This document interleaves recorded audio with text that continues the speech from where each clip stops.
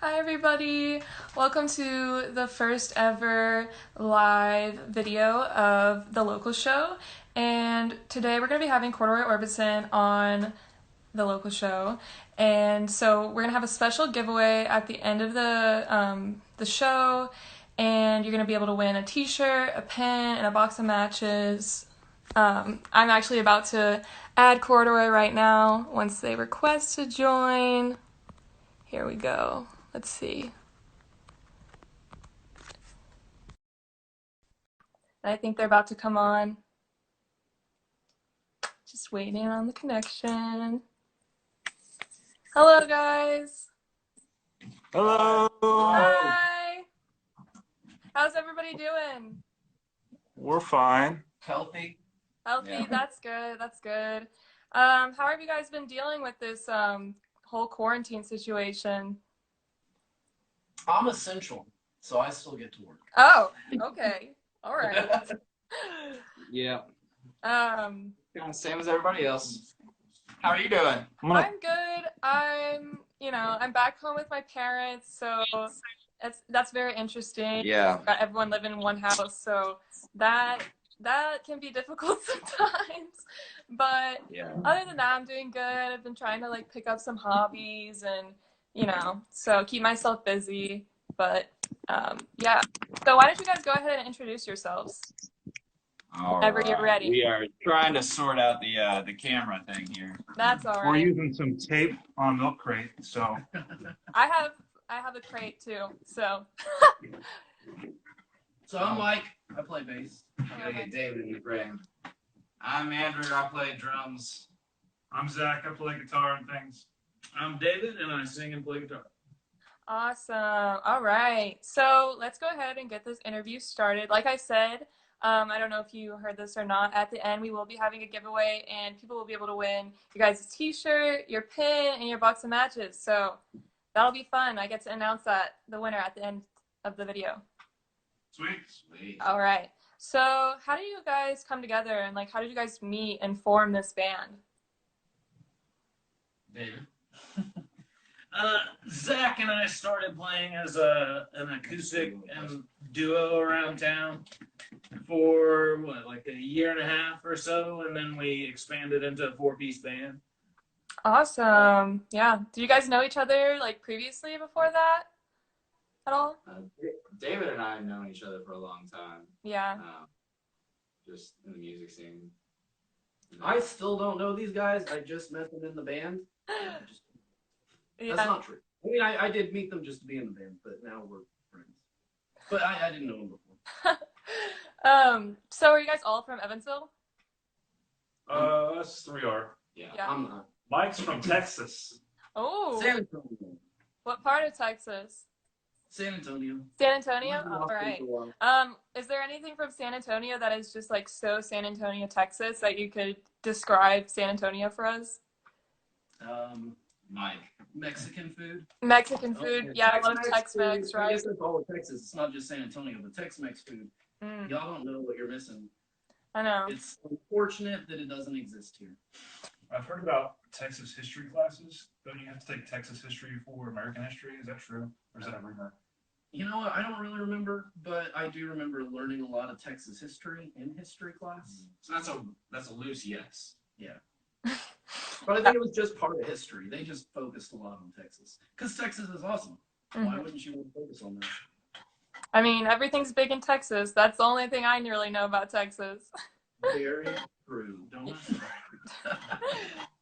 So how long have you guys all been involved with music? Almost 20 years for me. Probably same for a lot of us, I would guess. Yeah, about 20 years.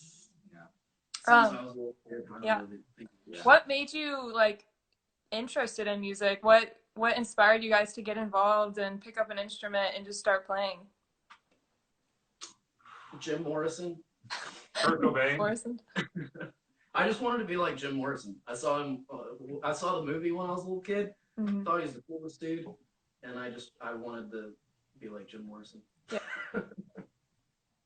I feel like that's kind of for everybody, we all see somebody and we're like, oh, I want to be that, that's how I am. I'll see something and I'm like, I want to do that. And then I try to do it and I'm like, well, I guess I'm not as good as the professionals, but it'll still do. Well, the great thing about getting obsessed when you're a kid is like you're pretty decent. You're pretty sure that all of your garbage is golden. And by the time you're old enough to take it to the world, you kind of got a knack for it. Yeah, yeah, yep. So with your guys' band, how does the songwriting process work, and how do you guys like find inspiration for your songs and your music? I don't know where to start. But often it starts with whoever brings a song to the table, whether it's me or Andrew or Mike, and we just kind of show it to the other guys and have them start learning the chords, and then we start shaping it together. All four of us kind of like, spontaneously, I guess, shaping it to see what sounds good and what doesn't, and then slowly starting to find how we put it together until we get happy or comfortable with it or whatever. I think a lot of times we're like secretly a jam band when we're writing. Like we sit and jam on something. It's just by the time it's done, we're not a jam band when we go play in front of people. But that's part of the writing process, I think, is we just jam on something and whatever one of us wrote and we brought to the table and we just mess around with it. Yeah. Do you guys ever try to go two different ways and you're like, no, I like it this way, and then another person's like, well, I like it this way? Yeah. Yeah. Sometimes, but it's usually clear which way works better, I think, and we all tend to agree like, well, both are cool, but this way is it just more effective or works better, and it's usually pretty obvious to us, I think. And whenever ideas are thrown out, we kind of have a general rule that we'll try anything and see how it sounds. Yeah. Just kind of keeping honest and critical about what's best.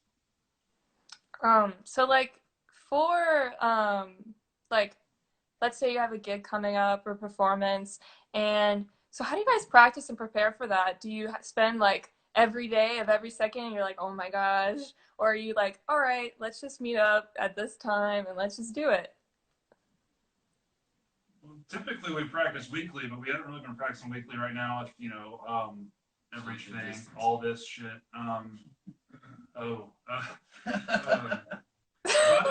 We also, I think we always constantly think about songs. I mean, I don't necessarily practice every day, but I feel like I'm laying in bed at night thinking about our music, and then when we actually come together, we present it.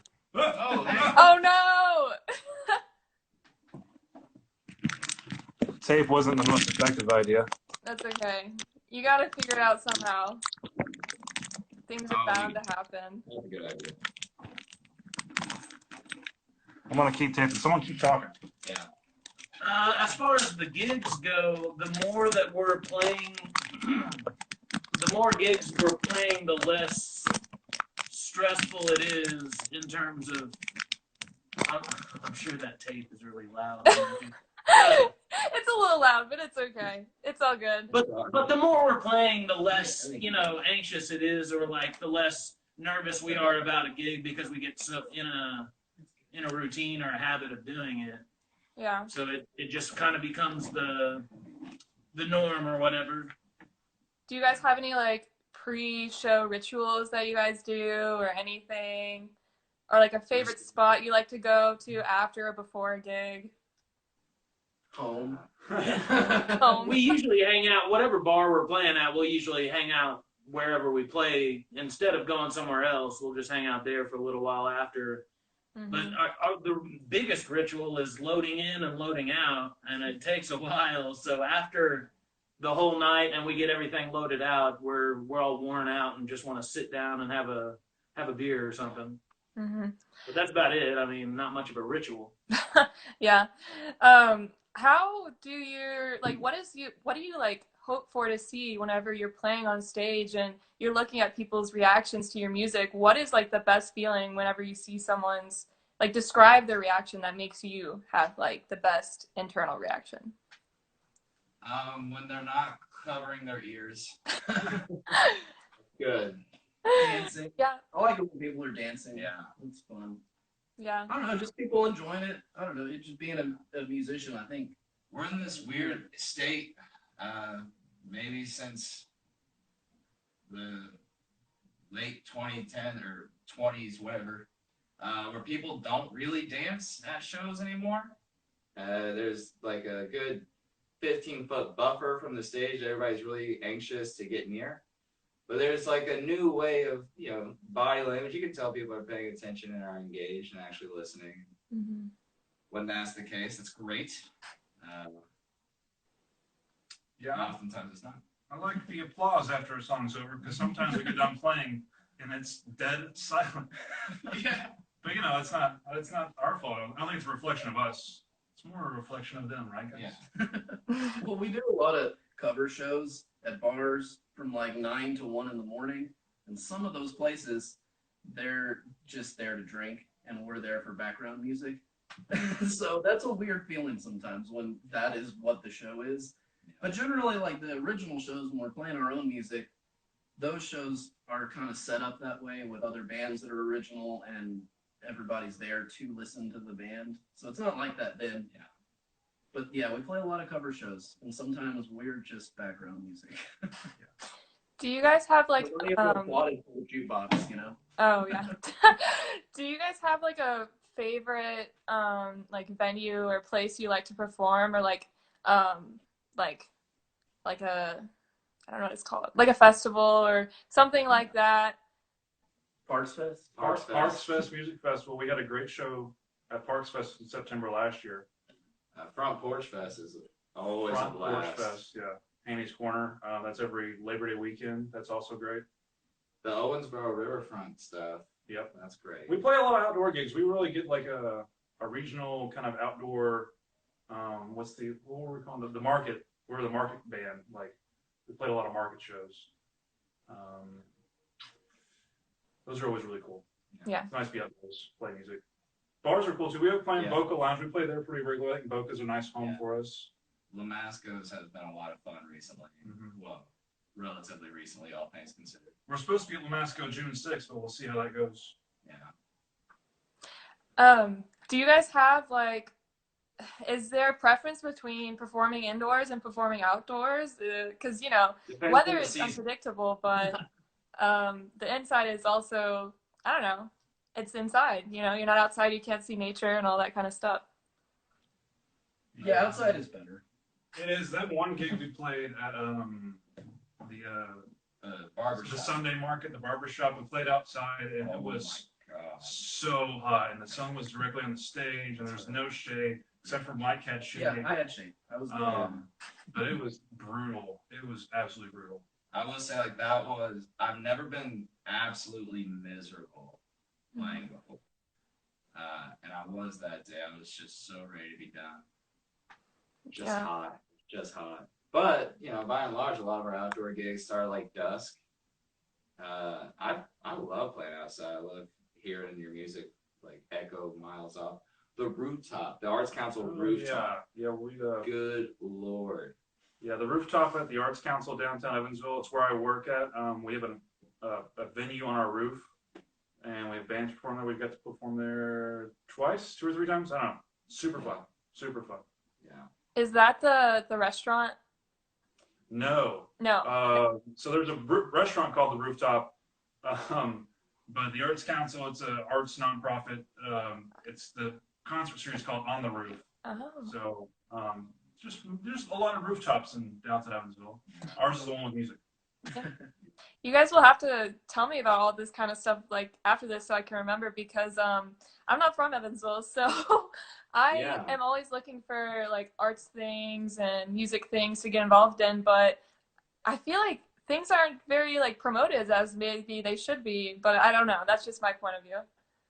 Well, you can come to our next rooftop show and help us out with that. Do you ever get to broadcast outside? Do you have a preference? Broadcast inside, broadcast outside? Well, it's more easier for us to broadcast inside because of all of our equipment. Since we, our station is located at USI, we don't really have a lot in the budget to go outside and bring all that equipment outside, but what we like to do when we have remotes and stuff like that is we like to bring our big speaker and we can hook up to the station and play our station from the website, which is really cool.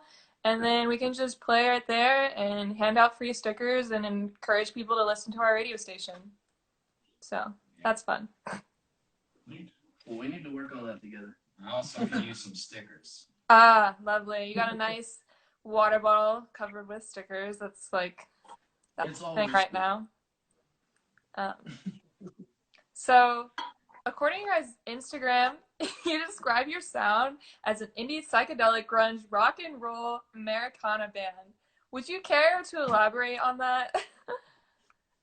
We just have no idea how to describe ourselves. I feel like there's like what in music now, what's it called, like post genre, like I mean, there are so many niche things you can put yourself into, but we're so influenced by so many things from hip hop to old country to folk and psychedelia and stuff like that that we don't know how to box ourselves into. So we just put every phrase we could into that Instagram tag. Because it just made sense. I mean, indie is definitely our spirit. We're our DIY band. Our new EP that's coming out Monday is all done, in-house. We recorded it in my basement. We're at the Arts Council, mixed and mastered it in my house, and we're gonna release it independently. So like the indie vein, which used to describe, kind of a style of music that you could expect something from, but now indie just means, nothing. Yeah. Yeah. And we're pretty committed to like not relying on our next project sounding anything like our previous project. Like, and us taking influence from several different genres. It's not like a spiritual or philosophical influence. Like, we enjoy playing different styles of music. So yeah, I don't, at the risk of maybe setting expectations differently with each new project. It's just what we're into at the time. Yeah. I definitely understand that. What? When you're asking about writing, we kind of, I mean, at least for me, for sure, I write about like, or in the style of whatever I happen to be into at the moment. I think all of us kind of do that, and we all have so many different genres that we like. So we'll write that, and when it all comes together and we're all jamming together, it's a crazy mix up of all of those things that we mentioned. Americana, indie, whatever, psychedelic, rock and roll. Don't forget grunge. Grunge, whatever. Grunge. Country, a That's little bit. more of like our bathing habit is grunge. That's how we feel. And then it all ends up being just, what songs did we like the most when we were playing them together, and then eventually it's time to put out something, and it's, these songs go together, so this, album sounds kind of like this, or, Mm-hmm. I don't know, it's hard to explain. You Yeah. just listen. I can kind of hear that when I was listening to your guys' album Red. I can especially hear like the grungeness of like the grittiness in your guys' voices, if that makes sense. But you put in a couple guitar riffs too that made it a little more psychedelic and rock and roll. So there's a lot of like mixture and various forms that you can put into your songs, which I think is really cool personally, because I'm also the same way. Like, I love so many different types of music that, like, if I were to become an artist one day, which I don't know, we'll see where life takes me, then yeah, I don't think I would be able to put myself in a box either. And so that's another thing with the radio station. I also pick local music to be put on the station. And a lot of times I'm like, I have no idea if, because we have a certain format, which is alternative, but alternative is so broad and has become so broad even in the past few years because things are getting so more advanced. People are able to do so much more with the technology now.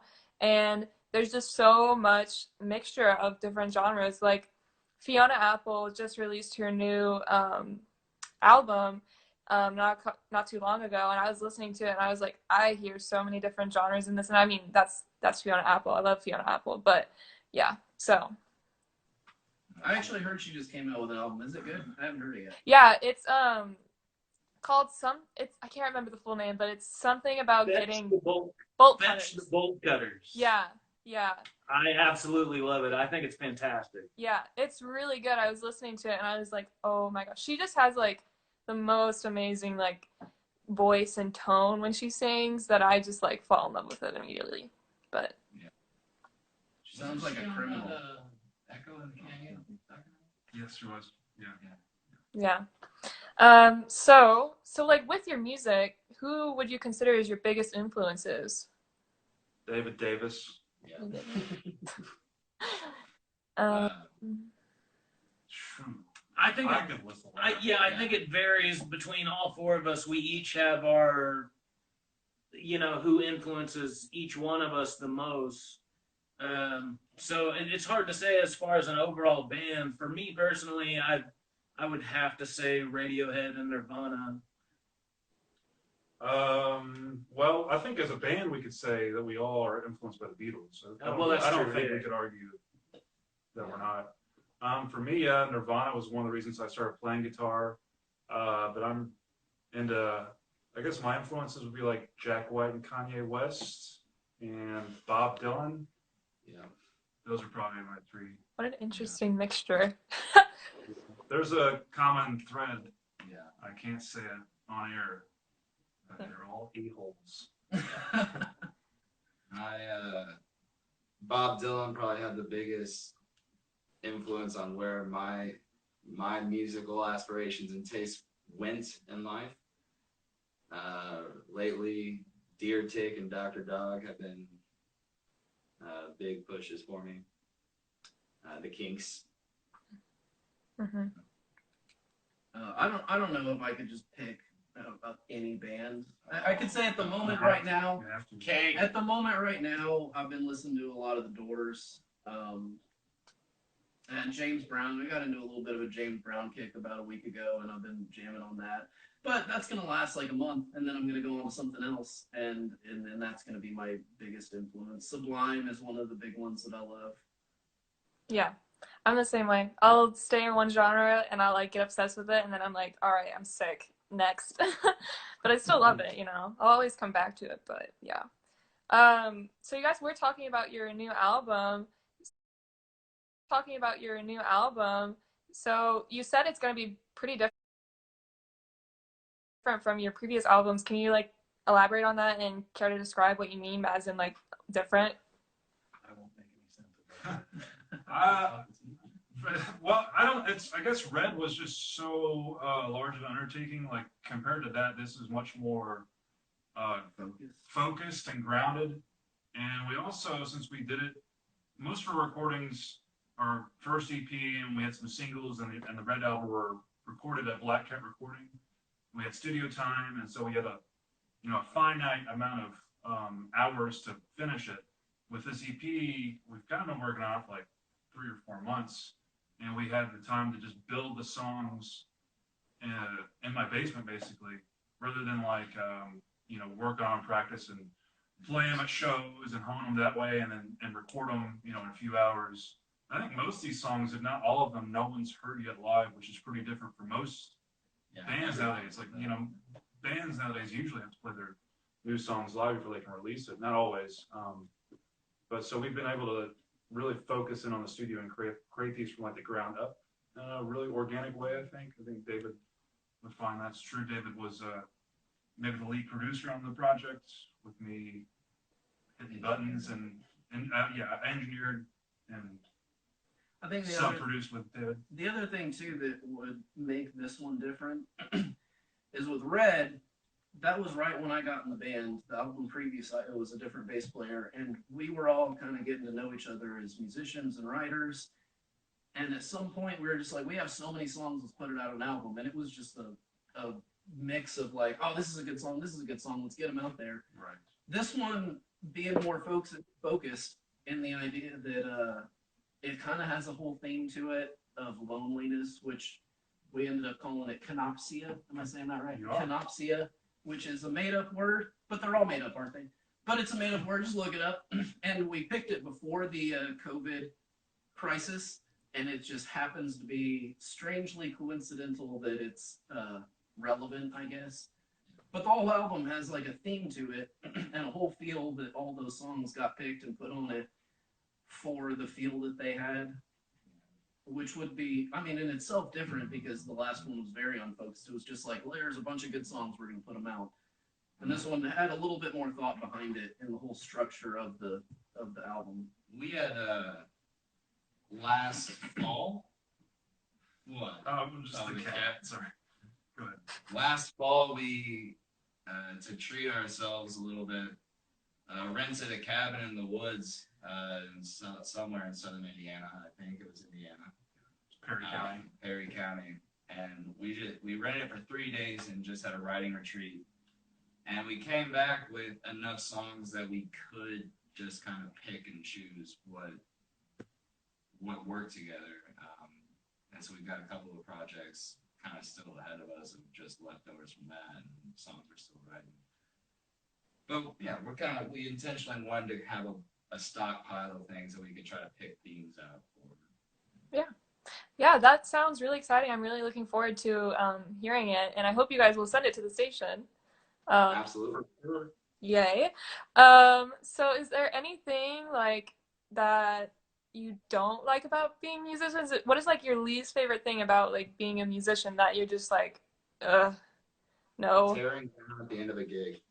Yeah. Driving home at 2 a.m. from like Louisville or whatever, or something like that. After playing for 45 minutes and then, waiting for 4 hours. Or when we're doing our cover gigs, our cover/originals, where it's like a 4-hour show, to get there 2 hours early, play for 4 hours, and you're there for another 2 hours. Just, it can be exhausting. Yeah. Really fulfilling in other ways, but it can be a heck of a shift. Yeah. I have a different kind of answer for that. I don't mind all that stuff so much. It does get exhausting. But nowadays, I think electricity just ruined the musician. We're all really good musicians. We take a lot of time doing what we do and writing the music we write and perfecting the craft. And nobody cares because you can just pull up Spotify and listen to the Beatles, and somebody 80 years ago still has music that you can listen to them directly. And if we could just get rid of electricity, if we could just have the apocalypse already, we could be like a You're in luck, Mike. Guess what? I know. I'm really looking forward to this COVID thing. I just want to be a traveling musician. I want people to remember that it takes somebody taking years out of their life and practicing on something to do this, and people just don't need that anymore, and it's unfortunate. But it is what it is. That's a good answer. It's hard to cut through the noise. There's so many bands. It's so easy. Like, we made an album in our basement. It's so easy to not only create music, but also to release it. I can, 10 years ago, I couldn't have had all of our albums in every accessible store without going through a major distributor or a label. But now we're on Spotify, iTunes, Apple Music, blah, blah, with a click of a button. So It's really nice for it to be that easy, but it's also hard to compete with so many different great bands. Yeah, that is like a thing. Nowadays, I do hear this debate about how there's so much accessibility to music and music production, which is good for some people who want to get involved with music and just don't know where to start. That's just how they just go. But also, it defeats the purpose of like the authenticity of learning and practicing and getting it and all of that kind of stuff. I hear this a lot. I don't know, maybe just like I'm 19, so SoundCloud rappers. I don't know if you know about SoundCloud rappers, but people will just. We all have our own SoundCloud personas, actually. Yeah. Oh yeah, so people will just put their like SoundCloud mixtape up there, and they'll just get like crazy amount of listens, and it's like. I don't really have a personal view on this. I'm like, whatever, do your thing. But some people get really upset because they're like, it took me years and I wasn't able to do that and like all this stuff. And some people are just. My thought on that is the same thing with like an abusive parent. It's like, just because you were abused means the next generation should get abused. Like, just because we had it rough and all this wasn't accessible to us when we were coming up, it's now accessible to us, and we're reaping the same rewards that everybody else is. Like, it's fine. Yeah, it's gonna be hard to cut through the mix.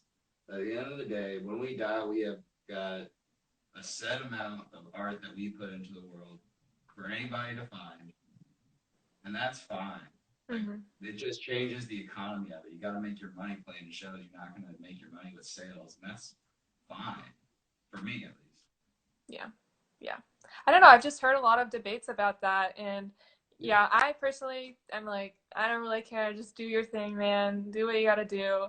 But yeah, that's what I've just encountered. But so Yeah. like I have a few interesting questions to ask you guys because I didn't want this to all be serious questions. Of course, like we gotta have those, obviously. So if you guys individually could answer these, if you guys could collaborate with, but you can answer as a whole as well, obviously. But if you guys could collaborate with any artist, dead or alive, who would it be? Oh, Right here. Right here.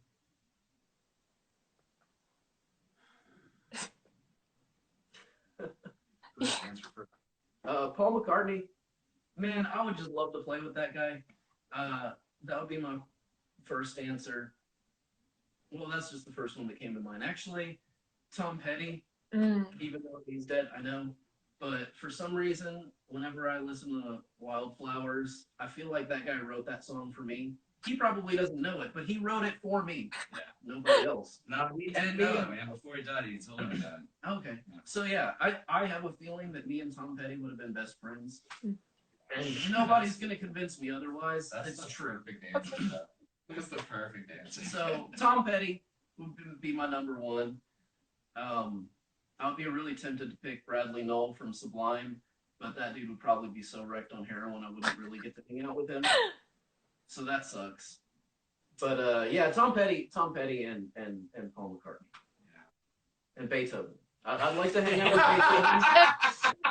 I'd like to hang out with Beethoven and just pick his mind on writing. with Beethoven. Yeah. I would pick a producer by the name of T-Bone Burnett. He's kind of my dream collaborator. Not very well known, I guess. But. Well, I'll have to check him out. So. Well, you've heard his work, I'm sure, if you've watched any music-based movie ever, Oh Brother Where Art Thou, or this, that, and the other. Crazy I hard. want to choose a producer, too. I think I'd choose Rick Rubin. Rick Rubin, though. Yeah. Rick Rubin. I don't think I'm worthy to work with Rick Rubin, but I would, you're posing it out there. So I think I'd work with Rick Rubin. That'd be a good collab. See what he could bring out of me. Yeah. There's this guy I found out about recently on accident, who's released 2 albums that both have just blown me away. They're like grunge indie country. His name's Dick Stuso. I don't know how much I could collaborate with him, but I'd like to just watch him in the studio. Yeah. And same with this English folk writer named Johnny Flynn. I like to sing harmonies with him sometime. Mm-hmm. But everybody else, I think I'd be too starstruck to contribute anything productive to the collab. I personally think Danny Elfman is really cool. Nice. He's a composer and he creates a lot of work for films, especially Tim Burton films. Loves to do that. He's done so many for Tim Burton.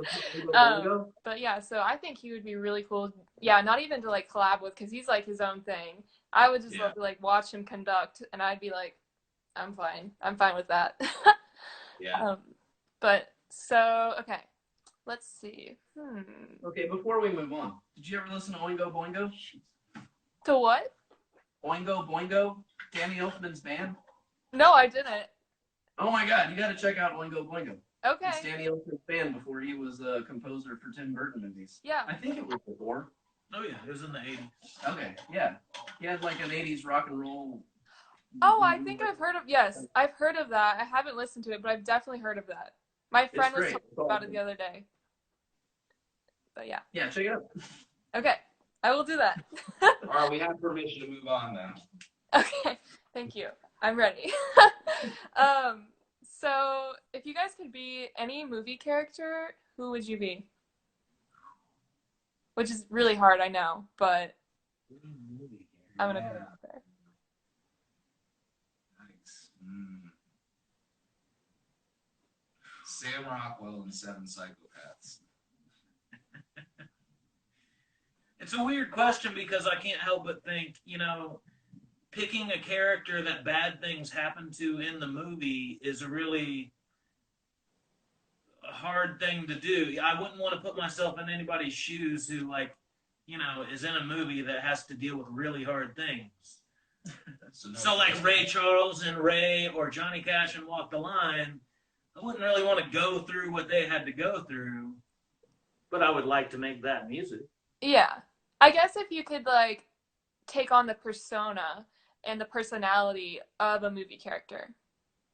I would pick, maybe it's cheating because it's a historical kind of movie, but George Patton from Patton, because it would just be so cool to be a general in the biggest war that ever happened. Like, to get to just yell at people and tell them to go fight and figure out how to outsmart your enemy and let's not discount how hot those sales of the George Patton featuring Beethoven collab would be.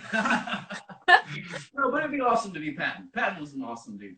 It looks like it. And he thought he was, like, reincarnated from ancient war generals from, like, ancient Rome. And I would just love to actually think that about myself. Because, like, how weird would that be if I thought I was reincarnated from, like, I don't know, Some people get their motivation in weird ways. I'm a fan of war history, and Yeah. I just think that'd be cool. George Patton seemed like it'd be really cool to be him. Yeah. Anyone else? I don't know. Dude Lebowski from The Big Lebowski. All right. The dude. His dudeness. El Duderino. If you're not into the whole brevity thing. Mm-hmm. What about you? I knew that this would probably be turned around on me, and I couldn't pick one, so I'm just. I know. Okay, I forget the actor's name, which is terrible. I'm just blanking on it right now. But have you guys seen Big Fish? Oh yeah. Yeah, the main character. Yeah. The main character. Which character? The main one, the guy that Billy Kudrow? Ewan McGregor?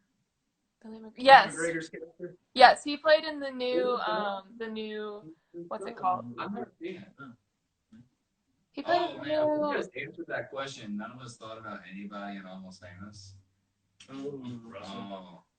I'll change my answer to Gandalf from Lord of the Rings. Oh, great. Lovely. So we are big film fans, and you just opened up a can of worms with this one. Film, cinema. Sorry. Okay, so what was ruined because it became popular?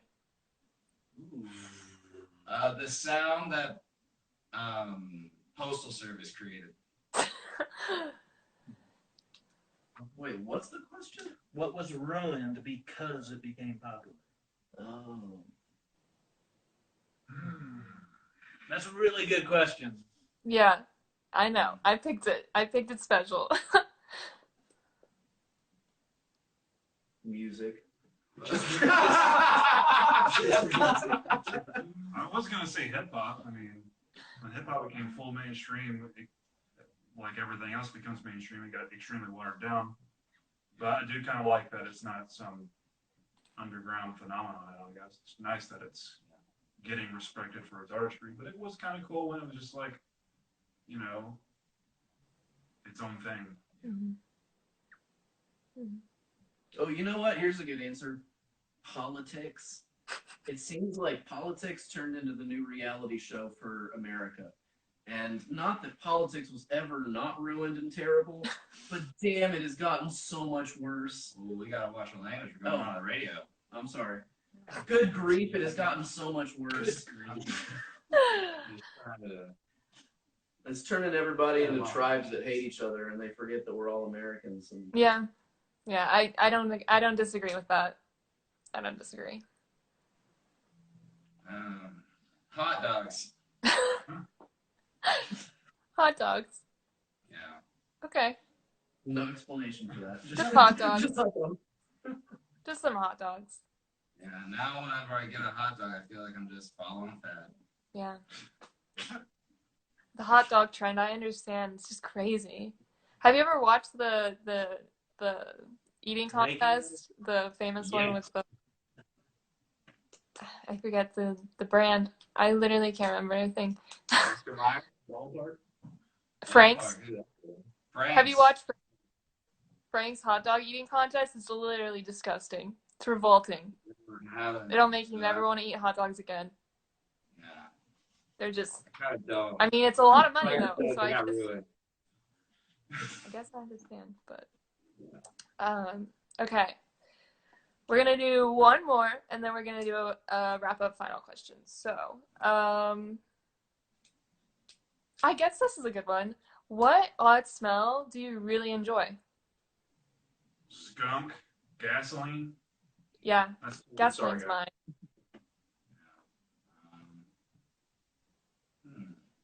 There are some. Take the good ones. Yeah, you did. Sorry.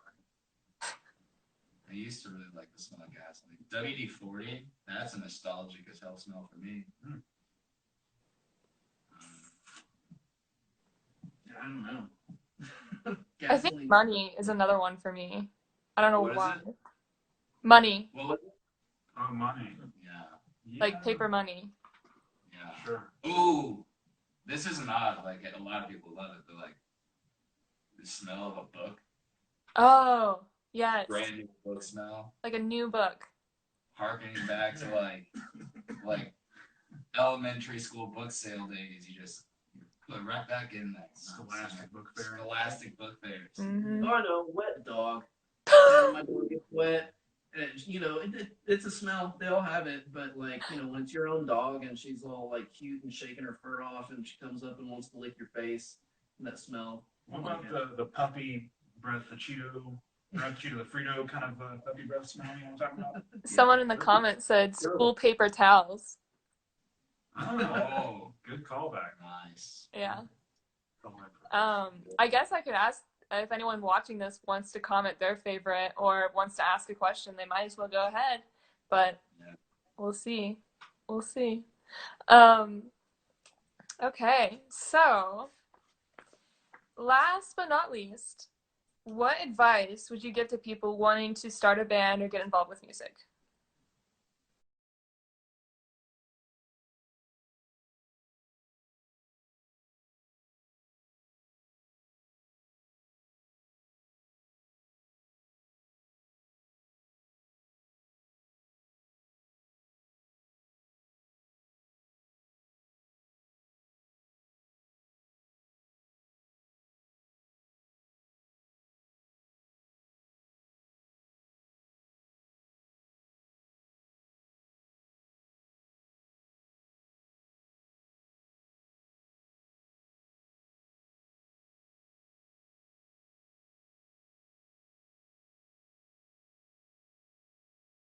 And all that kind of good stuff. So You too. all right. Literally nothing stopping people from learning or doing it. A lot of money though, so I guess I understand. But okay, we're gonna do one more, and then we're gonna do a wrap up final question. So I guess this is a good one. What odd smell do you really enjoy? Skunk, gasoline. Yeah, That's gasoline's mine.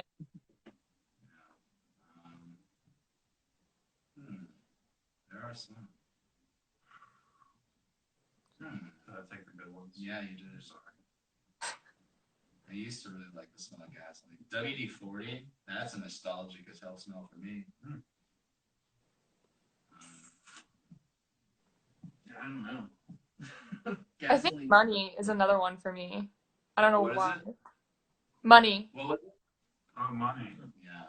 Like paper money. Yeah. Sure. Ooh, this isn't odd. Like, a lot of people love it. They're like, the smell of a book. Oh, yes. Brand new book smell. Like a new book. Harkening back to like elementary school book sale days. You just But right back in that Scholastic Book Fair. Scholastic Book Fairs. Mm-hmm. Oh, I know, wet dog. And my dog gets wet. And, it's a smell. They all have it. But, like, when it's your own dog and she's all, like, cute and shaking her fur off and she comes up and wants to lick your face, and that smell. What about the puppy breath, the Cheeto, the Frito kind of puppy breath smell? You know what I'm talking about? Someone in the comments said school paper towels. Oh, good callback. Nice. Yeah. Callback. I guess I could ask if anyone watching this wants to comment their favorite or wants to ask a question, they might as well go ahead. But we'll see. We'll see. Okay, so last but not least, what advice would you give to people wanting to start a band or get involved with music? Just do it. Just do it. Just do it. There's literally nothing stopping people from learning or doing it. You don't even need to know music, like we discussed earlier. Don't expect a career. Yeah, have a backup plan. Lowered expectations is the. Go to college. Go to college. Don't do it for any other reason than you love to do it, because that's the only thing that'll keep you going through it. Mm-hmm. Yeah. Yeah. And don't forget to be a fan of music. Like it's easy to get caught up in how to write or how to play and how to be good at it. And then after a while, I think probably any good musician goes through a phase where they forget how much they love just stopping and listening to music and not thinking about it as an art that they do. But remember to just be a fan and enjoy it. And then, have time for that, and then have time separately to, be a musician. I like that answer. That's a good answer. Don't Okay. Yeah, I still can't believe you said hot dogs. That's crazy. So I guess we might as well announce the giveaway winner. So I'm gonna check my text message. Hudson at Tracy Hudson 13. Tracy Hudson, I think she's been watching this whole time. So Tracy Hudson, if you want to DM us, or we will DM you and we'll tell you what's going to happen and what we're going to give you, and just be expecting to receive a t-shirt, a pen, and a box of matches in the mail very soon. So, all right, thank you guys so much for doing this interview with me. Thank you. I hope you guys are taking care of yourselves and staying healthy and all that kind of good stuff. So, you too. all right, I'll see you guys later. Thanks everyone for watching. Bye. Thank you. Bye.